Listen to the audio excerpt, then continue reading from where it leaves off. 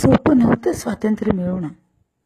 अनेक यातना, उद्ध्वस्त घरदार, अपमान, मानहानी, अत्याचार सारं मूकपणे सहन करून करून उद्रेक झाला. संवेदनशील मनांच्या सहनशीलतेचा अंत झाला. यातूनच क्रांतीची ठिणगी जन्माला आली आणि मग अन्यायाविरुद्ध प्रतिकाराची लढाई सुरू झाली.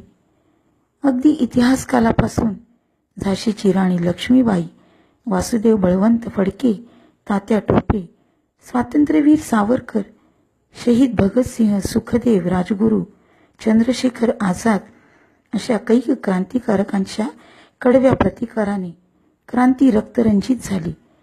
ब्रिटिश सत्तेचा घट्ट रोवलेला पाय उखडला गेला. जनतेचाही प्रक्षोभ झाला. प्रभात फेऱ्या, चळवळी, उठाव जोर धरू लागले.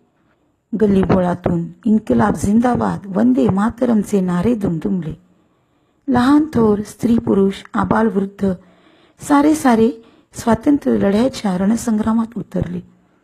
पराकाष्ठेची शर्त झाली आणि 14 ऑगस्ट 1947 रोजी ब्रिटिश राजवट संपुष्टात आली. अस्त झाला अन्यायाचा आणि मग सोनेरी पहाट उगवली स्वातंत्र्याची.